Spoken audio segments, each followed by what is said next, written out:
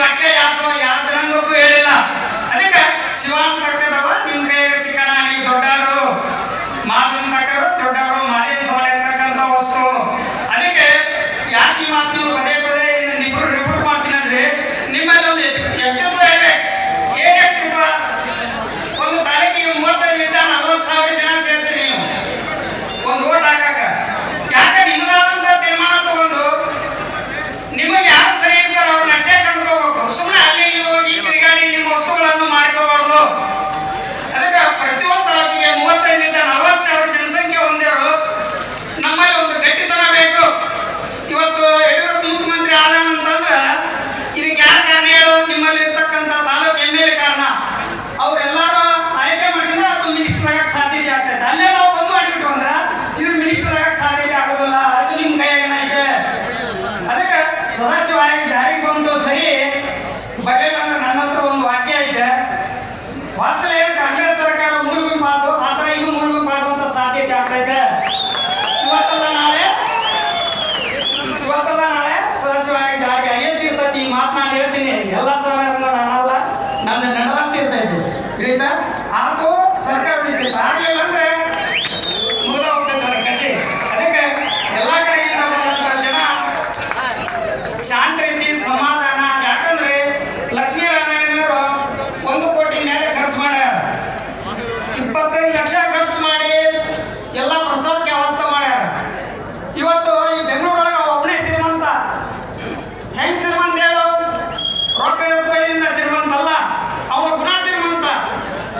ಅವನ ಗುಣ ಶ್ರೀಮಂತಿಕೆ ಯಾರ ಹತ್ರ ಐತೆ ಹೇಳು?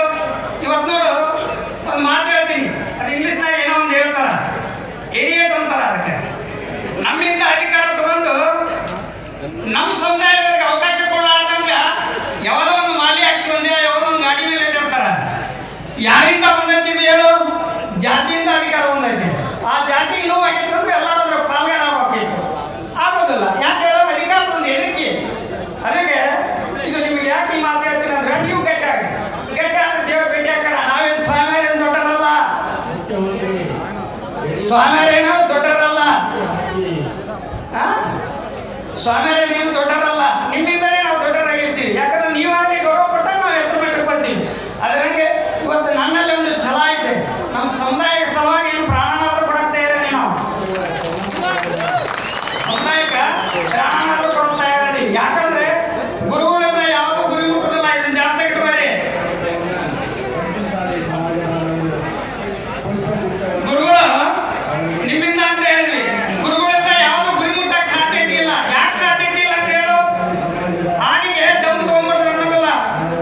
ಆನಿಗೆ ಡಮ್ ತಗೊಂಡು ಕೊಡಿದ್ರೆ ಅನ್ಸೋದಿಲ್ಲ. ಅದು ಆನೇನಾರ ಡಮ್ ತಗೊಂಡು ಕೊಡಿದ್ರೆ ಅನ್ಸುತ್ತೆ, ಅಂದೇನು ಅನ್ಸೋದಿಲ್ಲ. ಅದಕ್ಕೆ ಏನು ಬೇಕು? ಅವಕಾಶ ಸ್ವಲ್ಪ ಬೇಕು. ಒಂದು ಅವಕಾಶ ತಗೊಂಡು ಚುಚ್ಚಿದ್ರೆ ಹೇಳ್ಬೇಕಿರತ್ತ. ಹಾಗಾಗಿ ಸ್ವಾಮ್ಯಕ್ಕೆ ಮಾತ್ರ ಗೌರ್ಮೆಂಟ್ ಕಣ್ಣಿಗೆ ಸಾಧ್ಯತೆ ಆಗ್ತೈತೆ. ಪ್ರತಿಯೊಂದಕ್ಕೂ ಸ್ವಾಮ್ಯ ಮುಂದಿಟ್ಕೊಂಡು ಮಾಡಿದ್ರೆ ನಿಮಗೂ ತಿಳುವಳಿಕೆ ಮಾರ್ಗ, ನಿಮ್ಮಲ್ಲಿ ಪರಿವರ್ತನೆ ಸಂಸ್ಕಾರ ಸಿಗಕ್ಕೆ ಸಾಧ್ಯತೆ ಆಗ್ತೈತೆ. ಅದಕ್ಕೆ ನಿಮ್ಗೆ ಯಾಕೆ ಈ ಮಾತು ಹೇಳ್ತೀವಿ ಅಂದ್ರೆ ಗುರು ಅನ್ನೋದು ಏನಾಗ್ತೈತೆ ಹೇಳು? ಯಾವನೊಬ್ಬ ಏನೋ ಮಾಡ್ಕೊಂಡ್ರಪ್ಪ ಅವ್ರನ್ನೋದಕ್ಕಿಂತ ಅವ್ರ ಗುರುಗಳು ಅಂತ ಒಂದು ಸ್ವಲ್ಪ ಕಳೆದು ಬರ್ತಾರೆ. ಅದಕ್ಕೆ ಒಂದು ಪ್ರತಿಯೊಂದು ಗುರುಗಳು ಮುಂದಿಟ್ಕೊಂಡು ಮಾಡುವಂಥ ಕೆಲಸ ಮಾಡ್ರಿ. ನಾವು ನೀವು ಹಿಂದೆ ಇರ್ತೀವಿ, ನಿಮ್ಮಿಂದ ಯಾವಾಗಲೂ ಸದಾಕಾಲ ಇರ್ತೀವಿ. ಇವತ್ತು ನೋಡು, ಭಾಳ ಸಂತೋಷ. ದೂರದಿಂದ ಎಲ್ಲರೂ ಬಂದ್ರಿ. ಸರಳವಾಗಿ ಸಾವಕಾಶಾಗಿ ಗಾಡಿಗಳನ್ನು ನಿಮ್ಮ ಊರಿಗೆ ಮುಗಿಸುವಂಥ ಸಾವಕಾಶ ಅದನ್ನ ನಿಲ್ಲಿಸುವಂದು ನೋಡು. ಇವತ್ತು ಲಕ್ಷ್ಮೀನಾರಾಯಣ ದೇವರಿದ್ರೆ ನಮ್ಮ ಪಾಲಿಗೆ ನಿಮ್ಮ ಊರಿಗೆ ಬಂದು ನಿಮ್ಮನ್ನೆಲ್ಲ ಕರೆದು ನಿಮ್ಮ ಬದುಕಿಗೆ ಒಂದು ದಾರಿ ಕೊಡ್ತೀನಿ ಅಂತ ಹೇಳಿ ಮತ್ತೆ ನೀವು ಪ್ರಸಾದ ಕೊಟ್ಟು ನಿಮ್ಮ ಕಾಲ್ತೊಳಗೆ ಪೂಜೆ ಮಾಡ್ತೀನಿ ಅಂದವ. ಇವತ್ತು ನಾವು ಒಳಗೆ ಕರೀಲಿಲ್ಲ ಅಂದ್ರೆ ಯಾಕೆ ಕರೀಲಿಲ್ಲ? ನಾವು ಮನೆಗೆ ಹೋಗೋದು ಬಿಟ್ಕೊಡೋಣ ಅಂತ ಅವ ಇಷ್ಟೆಲ್ಲ ಕಷ್ಟಪಟ್ಟು ನಿಮ್ಮ ಕಾಲ್ತೊಳಗೆ ಪೂಜೆ ಮಾಡ್ತೀನಿ ಅಂತ. ಅದಕ್ಕೆ ಆ ಪುಣ್ಯಾತ್ಮ ಕುಟುಂಬ ಅವನ ಭವಿಷ್ಯ ಇನ್ನೂ ಹೆಚ್ಚಿಗಾಗಿ ಅವನ ಅಂತರ ಹುಟ್ಟಲಿ ನಮ್ಮಲ್ಲೇನು. ಯಾಕಂದ್ರೆ ನನಗೆ ಭಾಳ ಸಂತೋಷ. ಅವನು ಮಾಡಿದಂಥ ಕೆಲಸ ನೋಡಿ ದಿನ ಏನಿಲ್ಲ ಅಂದ್ರೂ 15 ಕಿಲೋಮೀಟರ್ ನಡೆಸ್ತಿರ್ತಿದ್ದ ಒಂದೊಂದು ಹಳ್ಳಿಯಾಗ. ಅಷ್ಟೊಂದು ಕಷ್ಟ. ಯಾಕಂದ್ರೆ ನಾನು ಅವರಿಂದ ಹೋಗಿನಿ. ಅದಕ್ಕೆ ನಿಮ್ಗೆ ಯಾಕೆ ಹೇಳ್ತೀನಿ ಅಂದ್ರೆ ನನಗೂ ಒಂದು ಸ್ವಲ್ಪ ಜನ್ಮ ಕೊಟ್ಟದ ಜಾತಿ, ನಮ್ಮ ತಂದೆಗೆ ಅದೇ ಜಾತಿ ಕೊಟ್ಟದ್ದೆ, ನಮಗೂ ಅದೇ ಜಾತಿ ಕೊಟ್ಟದ್ದೆ. ಆ ಜಾತಿ ಒಂದು ಕಿಚ್ಚು ಇವತ್ತು ನಮ್ಮಲ್ಲಿ ತಂದಿದ್ದ